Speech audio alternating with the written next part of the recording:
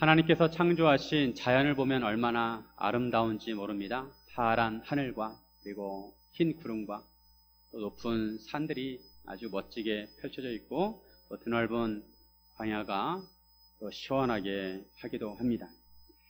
누구나 좋은 나라, 아름다운 세상에서 살고 싶어 합니다. 하지만 날마다 새로운 문제들이 일어납니다.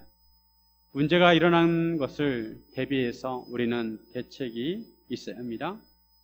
최근에 우리 주변에 여러 가지 사건, 사고들이 일어나고 있습니다. 12년 전에 일본 후쿠시마 원전 사고로 발생한 오염수를 바다에 방출하기 시작했습니다. 그렇게 되면 바다와 물고기들에게 어떤 영향이 있는지 우리는 잘 알지 못합니다. 전 세계적으로 산불이 일어나고 있습니다. 너무나 큰 산불이어서 사람들이 제대로 피하지 못하고 희생을 당하는 그런 상황이 발생하고 있습니다. 하와이에서도 그리스에서도 세계 곳곳에서 산불이 일어나고 있습니다. 우리나라에서는 묻지마 범죄가 일어나고 있습니다. 갈수록 사회가 폭력적이고 비인간적인 사회가 되고 있습니다. 이런 문제들을 해결하기 위한 대책이 필요합니다. 그런데 정치권이나 여론을 보면 대책을 내놓기보다 탓을 하기에 바쁩니다. 우리가 인생을 살아갈 때도 대책이 있어야 합니다. 우리 인생을 살면서 여러 가지 문제들을 만나게 됩니다. 특히 죽음의 문제는 피해갈 수 없습니다. 우리가 마지막 날 하나님의 심판대 앞에 서게 될 것입니다. 우리는 그에 대해서 대책이 있어야 합니다. 우리가 하나님의 심판에 대해 어떻게 대처해야 하는지 함께 나누기를 원합니다. 첫째, 자기 열쇠를 확인해야 합니다. 우리가 천국에 들어가려면 천국 열쇠가 필요합니다. 그래서 우리는 우리가 가지고 있는 열쇠로 천국에 들어갈 수 있는지 확인해야 합니다. 기껏 천국 열쇠로 알고 갔는데 천국 문이 열리지 않는다면 그것처럼 큰 낭패가 없을 것입니다. 요즘은 대부분 번호키이지만 예전에는 열쇠로 된 문들이 많았습니다. 가끔 열쇠를 잃어버리면 집에 들어가지 못하는 경우가 있었습니다. 우리가 가지고 있는 열쇠가 어떤 열쇠인지 확인할 필요가 있습니다. 하나님은 신실하십니다. 하나님은 약속을 잘 지키십니다. 사람 간의 약속을 하거나 언약을 맺을 때 그 약속이 잘 이루어지면 그보다 좋은 것은 없습니다. 하지만 약속이 틀어지게 되면 당사자들 간의 관계가 불편해집니다. 둘 다 잘못했는지 아니면 둘 중에 하나가 잘못한 것인지 어쨌든 관계가 틀어지게 되어 있습니다. 하나님과 이스라엘 백성 사이에 언약 관계였지만 이스라엘 백성은 그 언약을 지키지 못했습니다. 하지만 여전히 하나님은 신실하십니다. 앞에서 사도 바울은 모든 인간은 하나님의 진노 앞에 놓였다고 하였습니다. 율법이 있는 자는 율법대로, 율법이 없는 자는 그의 양심에 따라 불의하다는 것을 알게 됩니다. 유대인들은 하나님으로부터 율법을 받았고 언약의 표징인 할례를 행했습니다. 하지만 바울은 율법과 할례가 그들을 구원할 수 없다고 합니다. 왜냐하면 표면적 유대인이 아니고 이면적 유대인이 유대인이라는 것입니다. 할례를 행하고도 순종하지 않는 유대인보다 할례를 하지 않았지만 율법을 지키는 자가 낫다는 것입니다. 그러므로 유대인이라고 하나님 앞에서 열애라고 생각해서는 안 되는 것입니다. 하나님 앞에 열애는 없습니다. 학생들을 보면 삐딱한 학생들이 있습니다. 선생님이 가르칠 때 삐딱하게 바라보고 이상한 질문을 해서 수업의 분위기를 흐리는 학생들이 있습니다. 제가 고등학교 다닐 때 수학 시간이었는데 뒤에 앉아있던 학생이 갑자기 수학 선생님에게 질문합니다. 선생님, 점의 정의가 무엇입니까? 그 시간에 교과 내용과 상관이 없는 질문이었습니다. 선생님을 골탕 먹이려고 한 질문입니다. 다행히 선생님은 척척 대답을 하셨습니다. 점은 위치만 있고 크기가 없는 거야. 오늘 본문에서 사도 바울은 마치 삐딱한 학생을 가르치는 것처럼 말씀을 합니다. 사도 바울이 예수님에 대한 복음을 전하고 있는데 마치 손을 들고 이상한 질문하는 유대인에게 말한 것처럼 말씀을 전하고 있습니다. 이스라엘 민족은 자신들이 하나님으로부터 선택을 받았고 율법을 받았고 할례를 행한 자로서 하나님 앞에 의로운 자라고 생각을 하였습니다. 그런데 사도 바울이 그렇지 않다는 것입니다. 유대인이 율법을 받았어도 할례를 행했어도 그것이 유대인이 구원을 받는데 아무 소용이 없다고 말했습니다. 그러자 삐딱한 유대인이 이렇게 말합니다. 1절에 보시면 그런즉 유대인의 나음이 무엇이며 할례의 유익이 무엇이냐. 실제로 어떤 유대인이 말했다는 것이 아니라 바울이 가정을 하고 말을 하는 것입니다. 사실 바울은 예수님의 복음을 전할 때 어디를 가나 처음에는 회당에 가서 복음을 전했습니다. 회당에는 주로 유대인들이 있었습니다. 그런데 바울이 전하는 복음을 듣다가 반발하는 유대인들도 있었습니다. 사도 바울은 복음을 전할 때 항상 경험했습니다. 유대인이 하나님으로부터 율법을 받았고 언약의 표징인 할례를 행했는데 율법과 할례가 구원에 도움이 되지 않는다면 유대인이 낳은 것이 무엇이고 할례의 유익이 무엇이냐 질문한 유대인들이 있었을 것입니다. 하나님이 율법도 할례도 소용이 없다면 왜 유대인에게 주었느냐 그겁니다. 그러자 바울은 범사에 유익이 많다고 합니다.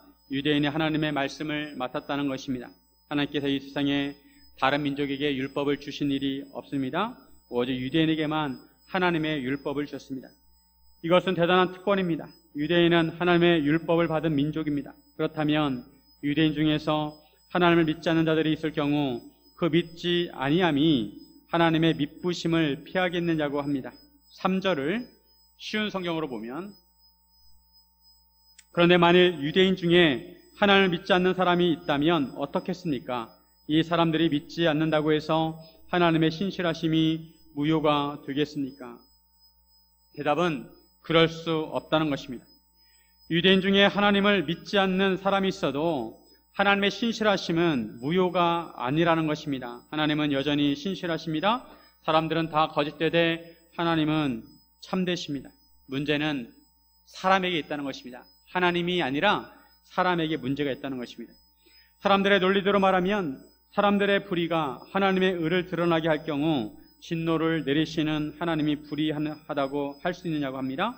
결코 그럴 수 없다는 것입니다. 하나님께서 만일 불의하시면 어떻게 세상을 심판하실 수 있느냐는 것입니다. 그러다 삐딱한 질문을 다시 합니다. 자기의 거짓말로 하나님의 참되심이 더 풍성하게 드러나면 그것이 하나님께 영광이 되는 것이 아니냐. 어제 죄인처럼 심판을 받을 수 있느냐고 합니다. 궤변이 이어지고 있습니다. 요즘 참담한 묻지마 범죄들이 계속 일어나고 있습니다. 사회가 흉흉합니다. 범죄자가 범죄를 일으킨다고 해서 그것이 경찰의 정의를 더 드러내는 것은 아닙니다. 물론 경찰은 정의로운 사회를 만들어야 합니다. 그래서 죄를 지은 사람을 잡아서 처벌을 해야 합니다. 그렇다고 일부러 경찰의 정의를 드러내기 위해서 범행을 할 필요는 없습니다. 만약 그런 사람이 있다면 그 사람은 정죄받는 것이 마땅하다는 것입니다. 마찬가지로 하나님의 의로우심을 드러내기 위해서 일부러 죄를 지을 필요가 없다는 것입니다. 사도 바울이 유대인의 율법과 할례가 그들이 의롭게 되는데 소용이 없다고 하자 유대인들은 이처럼 억지 주장을 하고 다닌다는 것입니다. 사도 바울이 말씀하고 있는 요지는 유대인이 율법을 맡은 것은 그들이 구원문을 받는데 한계가 있지만 그래도 유익한 점이 있다는 것입니다. 이스라엘 백성은 시내산에서 모세를 통해서 하나님으로부터 율법을 받았습니다. 하나님께서 이스라엘 백성에게 기대하신 것은 그들을 통하여 하나님의 율법이 세상에 전파되기를 원하셨습니다. 그러나 정작 율법에 순종해야 할 이스라엘 백성이 하나님께 불순종했습니다. 나라가 멸망할 정도로 불순종하게 되었습니다. 코로나가 완전히 끝난 것은 아니지만 이제 일반 전염병 수준이 되었습니다. 지난 4년 동안 코로나로 인해서 온 세상이 유례없는 시련을 겪어야 했습니다. 우리가 잊었을 수도 있지만 초기에 마스크가 귀했습니다. 그래서 마스크를 사기 위해서 약국에 줄을 섰습니다. 심지어는 이 약국 저 약국 돌아다니면서 신분증을 제시해야 몇 개 살 수가 있었습니다. 코로나에 걸린 사람이 마스크를 썼다고 해서 코로나가 낫는 것은 아닙니다. 어찌 보면 율법을 받은 것은 코로나 진단키트를 가지고 있는 것과 같습니다. 진단키트는 그 사람이 코로나 바이러스에 걸렸는지 걸리지 않는지 알려주는 것입니다. 진단키트를 가지고 있다고 코로나 걸린 사람이 질병이 치료될 수 있는 것은 아닙니다. 마찬가지로 이스라엘 백성이 율법을 받았다고 그것이 죄로부터 완전히 구원받는 것은 아닙니다. 율법은 단지 그들의 죄인이라는 것을 분명히 알려주는 것입니다. 물론 율법을 통해서도 구원을 받을 수가 있습니다. 하지만 그러려면 율법을 온전히 순종해야 합니다.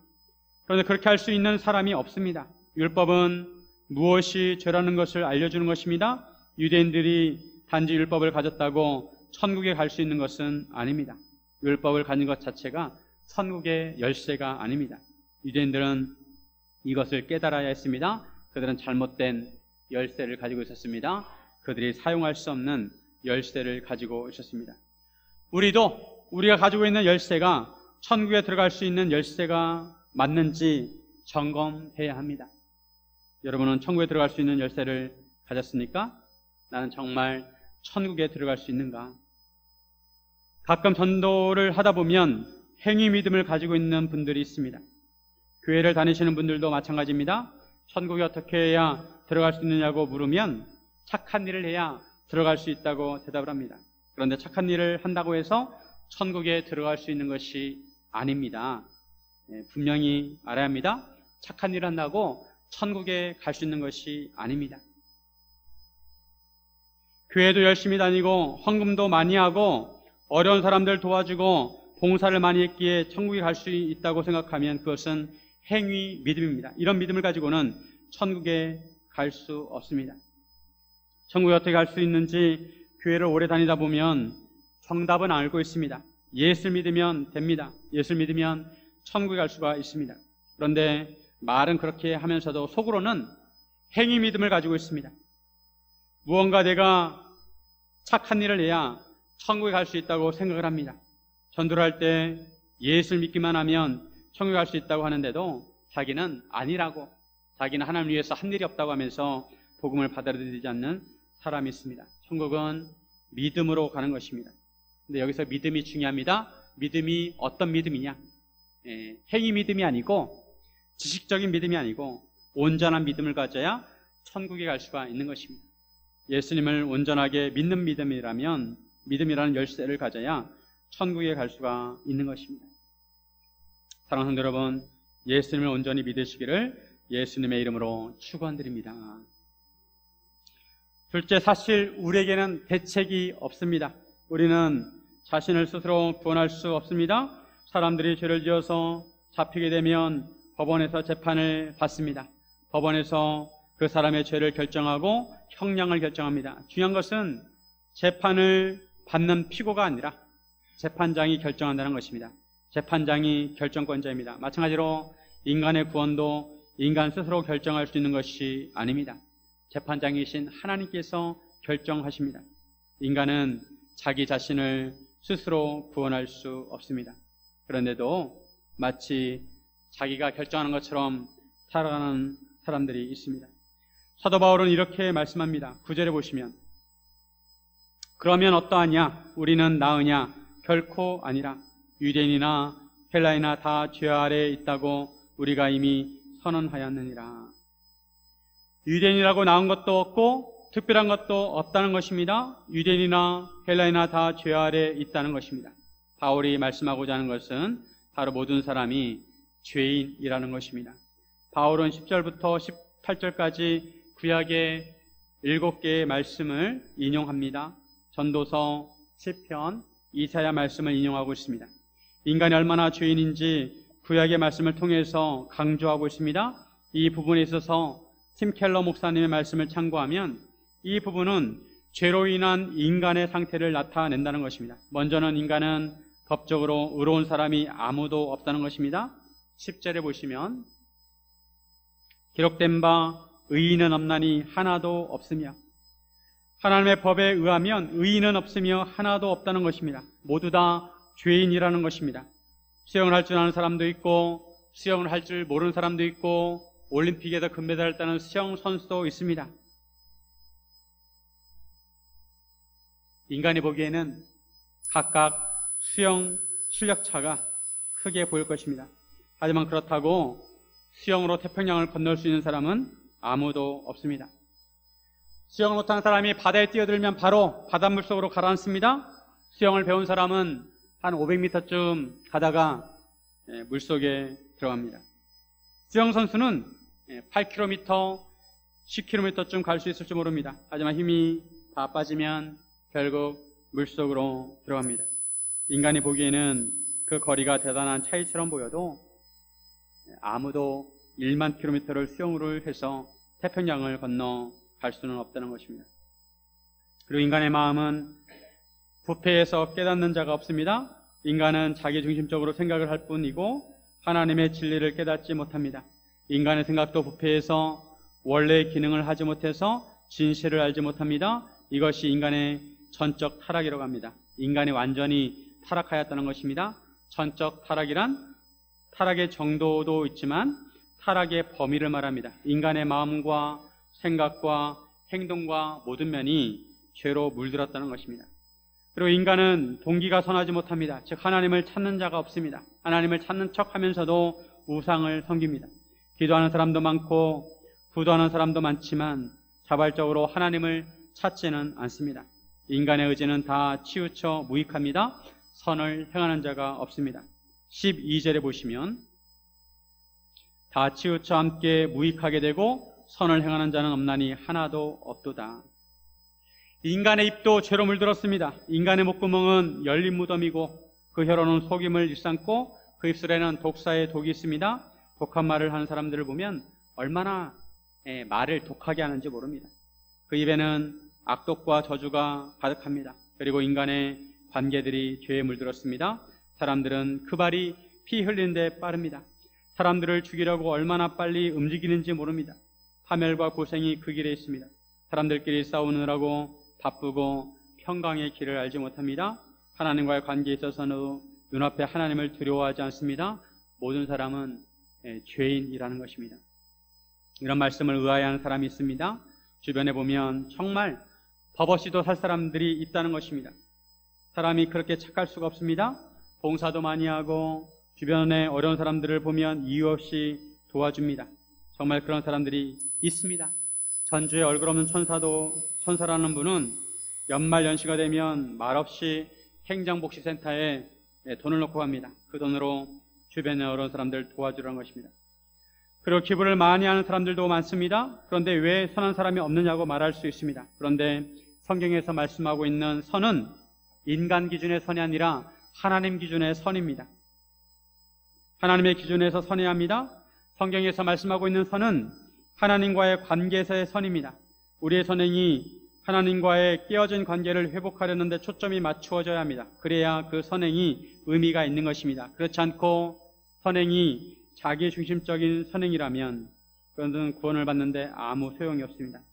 성경이 말하는 선행은 겉모습뿐만 아니라 동기까지 선해야 합니다. 겉과 속이 같아야 합니다. 행동도 선하고 동기도 선해야 합니다. 즉 자기 자신을 자랑하거나 다른 사람에게 잘 보이기 위해서 선행하는 것은 자기 영광을 위한 것이지 하나님을 위한 선행이 아니라는 것입니다.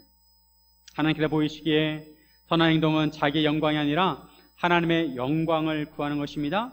선행을 통해서 구원을 받으려는 것도 결국 하나님을 위한 것이 아니라 자기 자신을 위한 것입니다. 내가 착한 일을 많이 해서 천국에 가야지 이렇게 생각하고 선행하는 것은 그 선행도 결국은 하나님의 영광을 위한 것이 아니라 나 자신을 위한 것이기 때문에 그 선행도 자기의 영광을 위한 것이라는 것입니다. 그러므로 인간의 선행은 결국 부패하게 됩니다. 영국의 찰스 스펄전 목사님께서 이런 말씀하셨습니다. 어떤 왕국의 정원사가 엄청난 큰 당근을 농사를 지었어요. 그래서 왕을 사랑하는 마음으로 그 큰 당근을 왕에게 갖다 드렸습니다. 당근을 받은 왕은 그 정원사의 진심과 사랑과 헌신의 마음을 알았습니다. 그래서 그 정원사는 왕으로부터 어떤 답례를 받기 위해서 그렇게 한 것은 아니지만 왕이 그 정원사에게 자기의 땅을, 왕의 땅의 일부를 하사했습니다. 이제 이 땅은 네 땅이니까 이 땅에서 더 많은 작물을 재배하라고 했습니다. 이 소문을 듣고 어떤 귀족이 왕에게 큰 당근을 줘서 큰 땅을 하사받았다면 내가 왕에게 좋은 말을 주면 나에게 얼마나 큰 선물을 주실까 생각하고 왕에게 좋은 말을 선물을 했습니다. 하지만 왕은 이 귀족의 속마음을 알아차리고 이렇게 말했습니다. 그대는 내가 정원사에게 그랬던 것처럼 선물을 주기를 기대하겠지만 나는 그렇게 하지 않겠어. 그대는 정원사와 다로 정원사는 나에게 당근을 주었지만 그대는 자기 자신에게 준 것이요. 왕에게 상 받기를 바라고 왕에게 좋은 말을 주었지만 실상은 그 말은 왕에게 준 것이 아니라 상 받기를 바라고 주었기 때문에 그 말을 자기 자신에게 준 거란 것입니다. 정원사와 귀족의 동기가 다르다는 것입니다. 정원사는 진심으로 왕을 위해서 선물을 하였지만 귀족은 자기 자신을 위해서 선물을 하였다는 것입니다. 그리스도에 대한 믿음 없이 선한 행위를 한다면 그것은 하나님을 위한 것이 아니라 자기 자신을 위한 것이고 진실로 선한 것이 아닙니다. 그래서 사람들의 선행은 그 어떤 것이든 결국에는 부패하게 됩니다. 즉 하나님을 위한 것이 아니라 자기 자신의 의를 위한 것입니다. 인간은 선행을 통해서 잘난 체하고 자만하고 자기 만족에 빠지게 됩니다. 이러한 선행은 인간 영혼을 부패하게 합니다. 예수님을 진심으로 믿는 사람은 잘못된 동기의 선한 행동을 회개할 수 있어야 합니다. 내가 만약 동기가 잘못되었다면, 하나님의 영광을 위해서가 아니라 내 자신을 위해서 선행을 했다면 그것까지도 우리는 회개할 수 있어야 한다는 것입니다. 하지만 다른 종교적인 사람들은 오히려 그런 선행을 의지합니다. 즉 자기의 의를 위해서 선행을 합니다. 이러한 선행은 자기중심적이고 하나님과의 관계를 개선할 수가 없습니다. 결국 모든 인간은 죄인이라는 것입니다. 하나님의 율법의 기능은 모든 사람의 입을 막고 온 세상이 하나님의 심판 아래에 있다는 것을 알려주는 것입니다. 율법은 죄를 깨닫게 합니다. 20절에 보면 그러므로 율법의 행위로 그의 앞에 의롭다 하심을 얻을 육체가 없나니 율법으로는 죄를 깨달음이니라. 중요한 것은 우리가 하나님 앞에 죄인이라는 것을 시인하는 것입니다. 이번 8월 30일에 가장 큰 보름달이 뜬다고 합니다. 지금 달에 대한 탐사가 세계적으로 다시 일어나고 있습니다. 일명 아르테미스 프로젝트입니다. 우리가 하늘에 떠 있는 달을 보면 우리가 보는 달은 항상 같은 면입니다. 언제나 달의 앞면만 봅니다. 달의 뒷면은 볼 수가 없습니다. 인간의 마음은 달의 뒷면처럼 보이지 않습니다. 우리는 사람의 마음을 볼 수가 없습니다. 하지만 인간의 마음이 어떤지는 자기 자신이 알고 있습니다. 지킬 박사와 하이드처럼 우리 내면에 괴물이 있습니다. 낮에는 착한 의사처럼 행동을 하지만 밤이 되면 사람을 죽이는 괴물이 됩니다. 남을 저주하고 미워하고 시기하고 죄성으로 똘똘 뭉친 자아가 있습니다. 사도 바울은 선을 행하기 원하는 자기에게 악이 함께 있다는 것을 깨달았다고 합니다. 우리 눈에는 나름대로 선하고 괜찮아 보여도 그렇지 않다는 것입니다. 단지 우리 눈에 보이지 않고 깨닫지 못하기 때문입니다. 방 안에 한 줄기 햇빛이 들어오면 그때서야 방 안에 떠다니는 먼지가 보입니다. 그전에는 보이지 않다가 햇빛이 들어오면 먼지가 보입니다. 여전히 그전에도 방 안에 먼지가 있었다는 것입니다. 우리가 하나님 앞에 서게 되면 하나님의 영광 앞에 우리가 보지 못하던 죄악들이 보이게 될 것입니다. 우리는 다 하나님 앞에 죄인입니다. 의인은 하나도 없습니다. 우리가 죄인임을 하나님 앞에 고백해야 합니다. 그래야 소망이 있습니다. 사랑하는 성도 여러분, 우리 하나님 앞에 죄인임을 고백하시기를 주님의 이름으로 축원드립니다. 셋째, 하나님에게는 대책이 있습니다. 우리에게는 대책이 없지만 하나님에게는 대책이 있습니다. 하나님께서 우리를 구원하시기 위해서 준비하신 것이 있습니다. 하나님의 길은 인간의 길보다 높고 하나님의 지혜는 인간의 지혜보다 높습니다. 그러기에 우리는 하나님의 방법을 따라야 합니다. 그래야 죄로부터 구원받을 수 있습니다. 성지순례를 갔을 때 브엘세바에 있는 우물을 내려다본 적이 있습니다. 우물이 하도 깊어가지고 깜깜해서 밑바닥이 보이지 않았습니다. 작은 돌멩이를 가지고 우물에 딱 던졌는데 한참 떨어진 다음에 떨어진 소리가 들렸습니다. 그곳의 우물의 깊이는 보통 100m, 200m가 된다고 합니다. 여러분, 깊이가 100m, 200m 되는 우물에 한번 빠졌다고 한번 생각해 보세요. 절망을 느낄 것입니다. 우리 스스로 그 우물에서 빠져나올 수가 없습니다. 누군가 밧줄을 내려줍니다. 그 밧줄은 생명의 줄입니다. 그 줄을 잡아야 우물에서 빠져나올 수가 있습니다. 하나님께서 율법에 한 의가 나타나게 하셨습니다. 21절.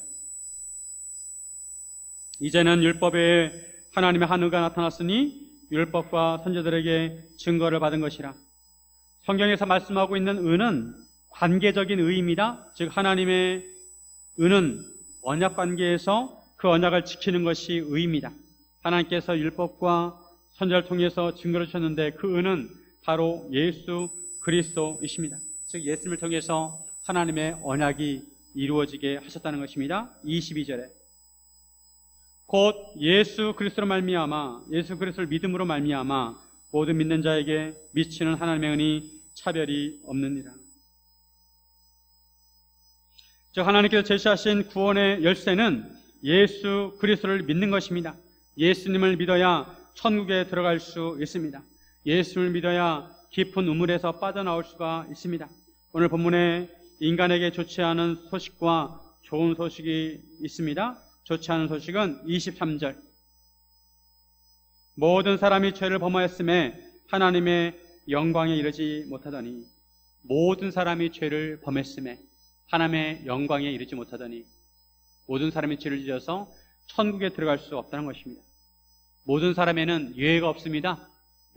누구나 다 죄를 범했다는 것입니다. 그래서 천국에 갈 수가 없습니다. 그런데 좋은 소식이 있습니다. 24절 함께 읽습니다. 그러므로 예수 안에 있는 속량으로 말미암아 하나님의 은혜로 값없이 의롭다 하심을 얻은 자 되었느니라. 하나님께서 우리에게 선물을 주셨습니다. 하나님께서 인간의 죄 문제를 해결하도록 예수님을 보내주셨습니다. 24절에 속량으로 말미암아, 이 속량이란 말은 빚을 갚았다는 것입니다. 농경사에서 농사를 짓다 보면 풍년이 들어야 양식이 많아지고 부자가 됩니다. 그런데 흉년이 들면 있는 양식도 까먹기 때문에 가난해집니다. 이렇게 흉년이 몇 년 동안 계속 지속되면 가난해질 수밖에 없습니다. 그리고 입에 풀칠해야 되기 때문에 빚을 얻어가지고 살아야 합니다. 빚이 너무 많아서 갚을 길이 없습니다. 종살이해야 합니다. 땅을 또 팔아야 합니다.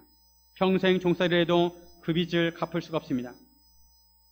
그런데 고엘제도가 있어요. 고엘제도. 구약에 보면 고엘제도가 있는데 그 사람의 친척이 그 사람을 대신해서 땅을 사면 그 땅을 되찾을 수 있다는 것입니다. 레위기 25장 25절. 만일 내 형제가 가난하여 그의 기업 중에서 얼마를 팔았으면 그에게 가까운 기업 물을 자가 와서 그의 형제가 판 것을 물을 것이요. 형제가 대신 물을 수 있으면 그걸 대신 갚을 수 있다는 것입니다. 그리고 물을 사람이 없으면 50년마다 희년이 반복이 되는데 희년 때에 그 땅을 돌려받을 수가 있습니다. 일사람 빚진 상태에서 자유하게 되는 것, 종의 신분에서 벗어나는 것을 속량이라고 합니다. 예수님께서 이 땅에 오신 것은 우리를 속량해 주시기 위해서입니다. 우리는 절대 우리 죄값을 치르지 못하기 때문에 우리를 저로부터 스스로 구원할 수 없기 때문에 예수님이 이 땅에 오셔서 우리의 예수를 믿으면 우리의 맏형이 되셔서 우리를 대신해서 우리의 죄값을 대신 갚아주셔서 우리를 저로부터 속량 하신다는 것입니다. 우리를 하나님의 은혜로 값없이 의롭게 하신다는 것입니다. 그럼 하나님께서 구체적으로 어떤 방법으로 우리의 죄를 속량하셨을까요? 25절. 이 예수를 하나님이 그의 피로써 믿음으로 말미암는 화목제물로 세우셨으니 이는 하나님께서 길에 참으시는 중에 전에 지은 죄를 간과하심으로 자기의 의로우심을 나타내려 하심이니. 예수님이 화목제물이 되셨습니다. 그런데 이 화목제물이라는 단어는 그 안에 속죄소라는 그런 의미가 있습니다. 속죄소는 하나님의 성전의 맨 안쪽에 보면 지성소가 있는데 지성소에 하나님의 언약궤가 있습니다. 이 하나님의 언약궤 뚜껑 위를 속죄소라고 합니다. 대제사장은 1년에 한 번 대속죄일에 이 지성소에 들어가서 짐승의 피를 뿌림으로 백성의 죄를 사함 받습니다. 그처럼 예수님께서 하나님의 어린 양이 되셔서 십자가에서 피를 흘리심으로 우리의 죄를 사함받게 하셨다는 것입니다. 이렇게 하심으로 하나님과 인간의 관계가 화목하게 되었습니다. 예수님께서 화목 제물이 되셨습니다. 예수님은 유월절의 어린 양으로 우리를 위해 피를 흘리셨습니다. 유월절에 하나님께서 어린 양의 피가 문설주나 지방에 발라져 있는 집은 그냥 건너뛰시고 심판을 내리지 않으신 것처럼 예수님의 피로 인친 사람들은 하나님께서 전에 지은 죄를 간과하십니다. 죄를 간과 건너뛴다는 것입니다. 그 죄를 용서해 주십니다. 이렇게 하나님께서 언약을 지키심으로 의로우심을 나타내셨고 또한 예수 믿는 자도 의롭게 하셨습니다. 이런 하나님에 의해 원리를 안다면 아무도 자랑할 것이 없습니다. 다른 법도 아니고 행위도 아니고 오직 믿음의 법으로 의롭게 됩니다. 사람이 의롭게 되는 것은 율법의 행위가 아니라 믿음으로 되는 것입니다. 우리가 한 것은 아무것도 없습니다. 다 예수님이 하신 것입니다. 유대인이나 이방인이나 다 해당이 됩니다. 할례자도 믿음으로 의롭게 되고 무헬라자도 믿음으로 의롭게 됩니다. 그렇다고 율법이 파기되는 것은 아닙니다. 도리어 율법을 굳게 세웁니다. 율법은 하나님의 법입니다. 다만 유대인들은 율법의 기능에 대해서 오해를 한 것입니다. 율법은 죄를 깨닫게 하는 것이고 하나님의 기준을 보여주는 것입니다. 하나님의 수준으로 온전하게 되어야 의롭다는 것입니다. 물론 율법으로 의롭게 될 수 있습니다. 하지만 부패한 인간은 율법을 온전히 지킬 수가 없고 율법을 통해서 의롭게 될 수가 없습니다. 그래서 하나님께서 다른 방법으로 의를 의롭게 하신 것입니다. 하나님의 의인 예수 그리스도를 보내주셨습니다. 이제 누군지 예수님을 믿기만 하면 의롭게 되는 것입니다. 예수님의 십자가와 부활을 통해 인간을 구원하셨습니다. 예전에 시골에서 우물물을 떠서 물을 마셨습니다. 우물에 가서 두레박을 우물 안으로 집어 던집니다. 그럼 두레박이 처음에는 물 위에 떠 있습니다. 그러면 두레박을 흔들어가지고 물을 담아가지고 길어 올려서 양동이에 붓습니다. 되도록 많은 물을 가져가려고 양동이 입구까지 찰랑찰랑하게 물을 채웁니다. 그런데 그 양동이를 들고 집으로 가다 보면 양동이의 4분의 1이나 5분의 1 물이 없어집니다. 옮기는 과정에서 출렁이니까 양동이에 있던 물이 쏟아지는 것입니다. 그런데 요즘은 집에서 수도꼭지만 틀어도 물이 나옵니다. 율법으로 그렇게 되는 것은 양동이 끝까지 찬 물을 한 방울도 흘리지 않고 가져가는 것입니다. 그런데 어떻게 물 한 방울도 흘리지 않을 수 있을까요? 그렇게는 할 수가 없습니다. 하지만 우물물을 수도관으로 연결을 하게 되면 물 한 방울도 흘리지 않고 집으로 옮길 수가 있습니다. 하나님께서는 우리가 예수님을 믿기만 하면 의롭다함을 받게 하셨습니다. 우리의 공로가 아닙니다. 오직 믿음으로 되는 것입니다. 우리가 예수님을 믿기만 하면 집에서 수도꼭지를 틀 때 우리가 구원의 은혜를 누리게 되는 것입니다. 이것이 하나님의 대책입니다. 이로써 우리는 하나님의 마지막 심판에 대한 대책을 세울 수가 있게 된 것입니다. 우리가 예수를 믿기만 하면 되는 것입니다. 그러면 선물로 하나님께서 우리를 의롭게 여기십니다. 우리가 죽음과 하나님의 심판에 대한 가장 근본적인 대책을 세운 것입니다. 하지만 우리가 이 세상에 살아가는 동안에도 우리는 크고 작은 문제들을 만나게 됩니다. 그에 대한 대책도 우리는 예수님을 의지해야 합니다. 예수님은 우리의 목자이십니다. 선한 목자이십니다. 요한복음 10장 11절에 보면 나는 선한 목자라. 선한 목자는 양들을 위하여 목숨을 버리거니와. 예수님은 양들을 위하여 자기 목숨을 내어주시는 분이십니다. 우리가 이 세상을 살아가는 동안에도 우리 예수님만 따라가면 됩니다. 그러면 하나님께서 아브라함을 인도하시고 야곱을 인도하셨던 것처럼 우리를 인도해 주실 것입니다. 하나님에게는 모든 대책이 있습니다.